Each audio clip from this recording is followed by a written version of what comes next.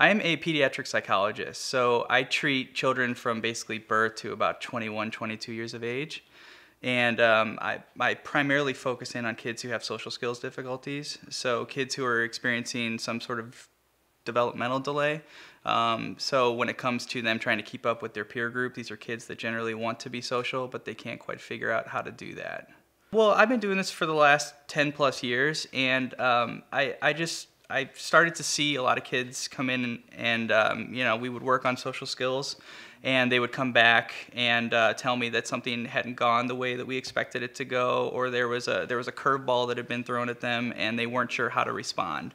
And I realized that I was becoming frustrated, they were becoming frustrated. And when I started to look into the research on this, started to realize that it's really tough to get things to generalize. So when you're teaching something in a clinic office somewhere, it might make sense in that moment. But once you're out and about and trying to work on those things, that becomes really, really tough. And so Sosh is kind of my psychologist in the child's pocket. So it was kind of like, I wish I could be there with them. And because I can't, why not have this tool with you? You can carry it with you. It's portable. It's private, so other kids see you typing something in. They don't know what you're doing, and it's a really neat way for these kids to be able to interact. It's big. It's 60 plus pages of screens and information, and it's really broken down into what we call the 5 R's. So these are the 5 areas in which individuals with social skills difficulties struggle. So they struggle connecting with others. Relate is that area. They struggle relaxing. They struggle reasoning or thinking things through, regulating their behavior, and then recognizing other feelings. So basically what it does is you can start out by going through and answering questions, and that will start to narrow down the focus of the app for your specific set of needs. And then you can zero in. If you are anxious in social situations, you can focus on the relax area. If you're struggling to connect with others, you can focus more on that area.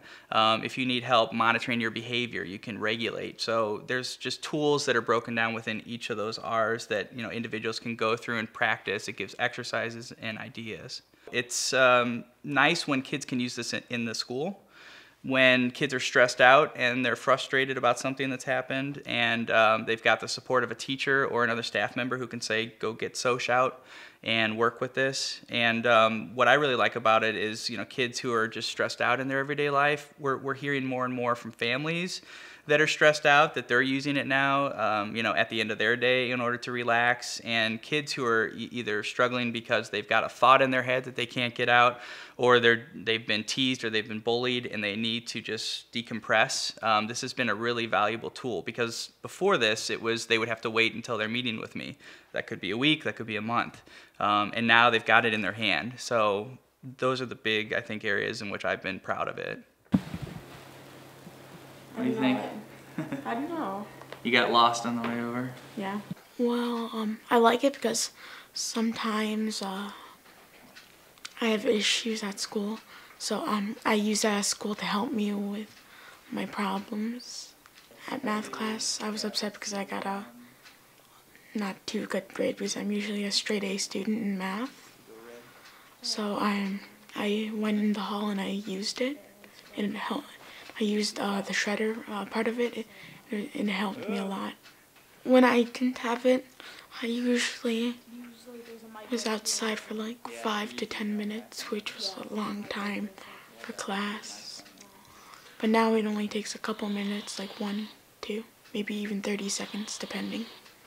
Many people with autism usually have trouble with social skills, such as me. So I'd recommend this app because helps with social activity.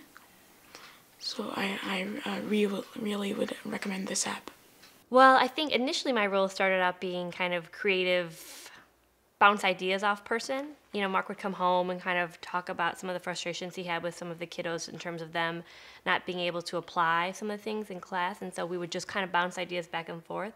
And then when it developed into more of a concrete project, I just kind of became the co-creator, and I guess focused especially on the design aspect. There's a lot of great apps out there for younger kids who struggle with autism, but there's not really anything for the 9 and up age range, which we focus on. And so we didn't want the app to look too kiddie, because these are older kids and they have more sophisticated tastes and things. So we wanted it to look a certain way. So I was kind of, I guess, instrumental in having it look a certain way.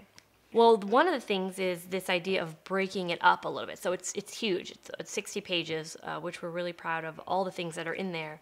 But not everyone needs every single page. So, for example, the shredder is now on sale in and of itself.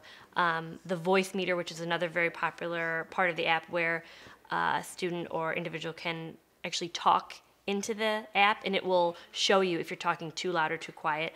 That's also being sold now individually. So I think what we're seeing for the future is how can we kind of divide it up in ways so that kids who have different diagnoses might only want this piece or that piece, but not the entire app. So I think that's what we're seeing, at least for the immediate future.